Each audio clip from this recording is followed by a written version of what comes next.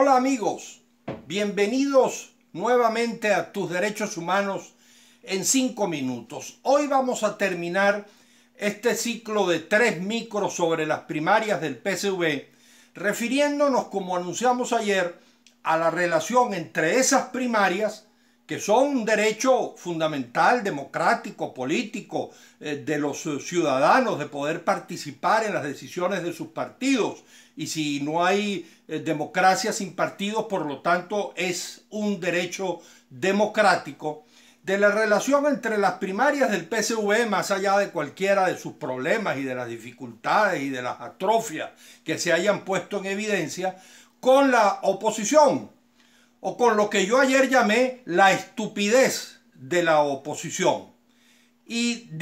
decía y digo que no argumente la oposición como excusa su propia torpeza. No comience a buscarle dificultades y errores a las primarias del PSV cuando ella misma no es capaz de organizar ya unas primarias para escoger a sus candidatos para las elecciones de noviembre. De alguna manera, sí, la oposición también nos violenta otro derecho que tenemos los ciudadanos, que es el derecho al cambio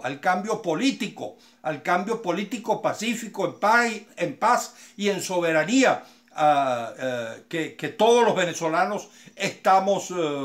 reclamando. Fue responsabilidad, comencemos por allí, fundamentalmente de la oposición. El gobierno hizo su trabajo, actuó en contra de la oposición, abusó del poder, atropelló los derechos democráticos muchas veces de los opositores, de algunos opositores y en general de la oposición, es verdad. Pero fue responsabilidad fundamentalmente de la oposición cuando decidió salirse de la ruta democrática a finales del 2016, que tan exitosa le había sido desde el 2006 al 2015, y entonces convertir a esa oposición victoriosa y pujante del 2015 en una oposición fracasada y ruinosa, como es la que tenemos en la actualidad, y dispersa. De modo que no debe argumentar la oposición como excusa su propia torpeza. ¿Cómo se llama sino torpeza el hecho de que mientras el PSV ya está realizando sus primarias y tiene sus candidatos y ya va a comenzar sus campañas, etcétera, la oposición, o al menos eso que algunos creen que es la oposición del G4, que lamentablemente se ha apropiado de la franquicia de la oposición, y en Venezuela, como vamos a ver mañana a propósito de la encuesta Datincorp, y en el mundo algunos creen que es la oposición. Pero bueno, que esa oposición del G4, mientras el gobierno hace sus primarias y elige sus candidatos, todavía esté allá en México negociando, deshojando la margarita, a ver si participo o no participo en las elecciones de noviembre. Bueno, ya estamos a 3 meses y medio de las elecciones. Y entonces, ¿para cuándo es que van a dejar esa decisión? Cada vez les va haciendo más tarde para poder explicarle a sus electores, a los que inocularon con abstencionismo, criminalmente inocularon con abstencionismo, explicarles por qué se va a votar. Lo decía un candidato de la Acción Democrática de Henry Ramos en estos días en televisión. La gente nos pregunta, bueno, ¿por qué antes votábamos y ahora sí vamos a votar? Parece que esa Acción Democrática como que está decidida a participar, y bienvenido que eso sea así. Pero en todo caso, evidentemente, los electores reclaman una explicación, un debate, una discusión. Ya comienza también a hacerse tarde para,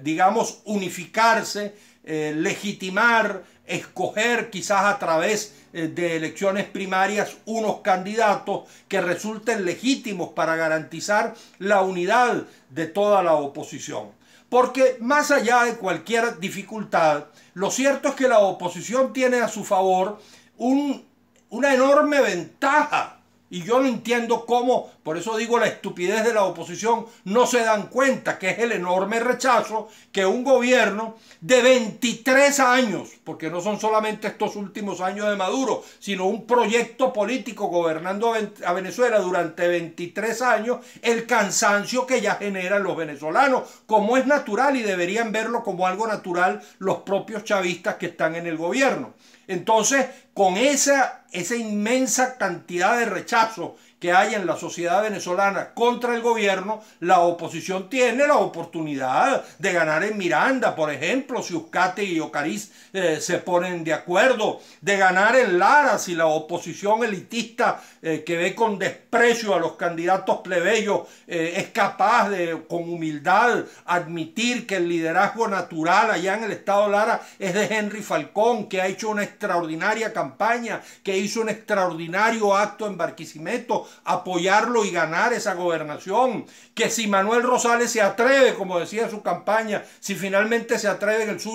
el Zulia quizás sería la primera opción en el Zulia, apoyar en el Táchira a Lady Gómez, en Caracas quizás buscar un nombre fuera de toda esa playa de candidatos que hay ahí en Caracas, pues buscar un nombre nuevo, Vladimir Villegas, por ejemplo, que sería un extraordinario candidato unitario para la ciudad de Caracas. Bueno, pues exploren, busquen, resuelvan rápido, porque cada vez les va siendo más corto el tiempo para poder hacer lo que tienen que hacer, que es, sobre todo, más que ganar estados, reagrupar las fuerzas, recuperar la credibilidad en el voto y ponerle el ojo a unas primarias que yo he venido sugiriendo que se hagan el 23 de enero del año 2024, negociar durante el 22, negociar durante el 23 con el gobierno y en enero del 2024 elegir un candidato unitario de toda la oposición para confrontarse a finales del 24 y ganar esas elecciones